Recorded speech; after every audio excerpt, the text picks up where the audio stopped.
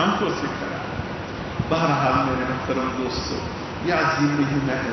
اللہ نے اس مہینے میں ابراہیم علیہ السلام کی جو قربانیوں کی یاد کی، اللہ نے جو ہمیں یہ سلسلہ طریقہ عطا کیا، اس کو ملت ابراہیمی بھی کہتے ہیں۔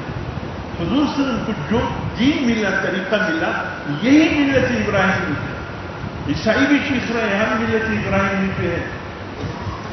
مکے کے کفار بت پرست بھی کہتے تھے ہم ملت ابراہیمی پہ ہیں۔ اللہ نے واضح طور پر سورہ آل عمران میں فرمایا ما کان ابراہیم یہودیا ولا نصرانیا ولکن کان حنیفا مسلما۔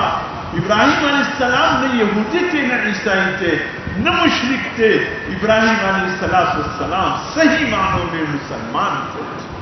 الحمدللہ، شکر ہے اللہ کا، اللہ نے ایسا رہنما ہمیں عطا فرمایا جو امت مسلمہ کا علم بردار ہے، جس کی بات کو آگے پہنچانے والے سید الانبیاء صلی اللہ علیہ وسلم۔ یہ عظیم یادگار، ان کی عظیم قربانیاں، اللہ رب العزت فرماتے ہیں ابراہیم علیہ السلام کے قربانیوں کو دیکھ کر ہم نے ابراہیم باقیوں کے میرے اور آپ کے اعمال کا اعلان ہوگا تو آخرت میں جا کر ہوگا، کون جیت گیا کون ہار گیا، کس کے اعمال باری کس کے ہلکے، کس کے اعمال اللہ کی حضور قبول کس کی رد، اس کے اعلان میدان حشر میں جا کر ہوگا۔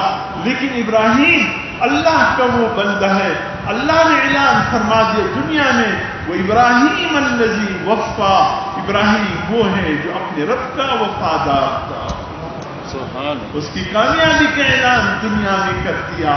فرمایا یہی نہیں واتخذ اللہ ابراہیم خلیلا، ابراہیم علیہ السلام کو اللہ نے اپنا دوست چن لیا۔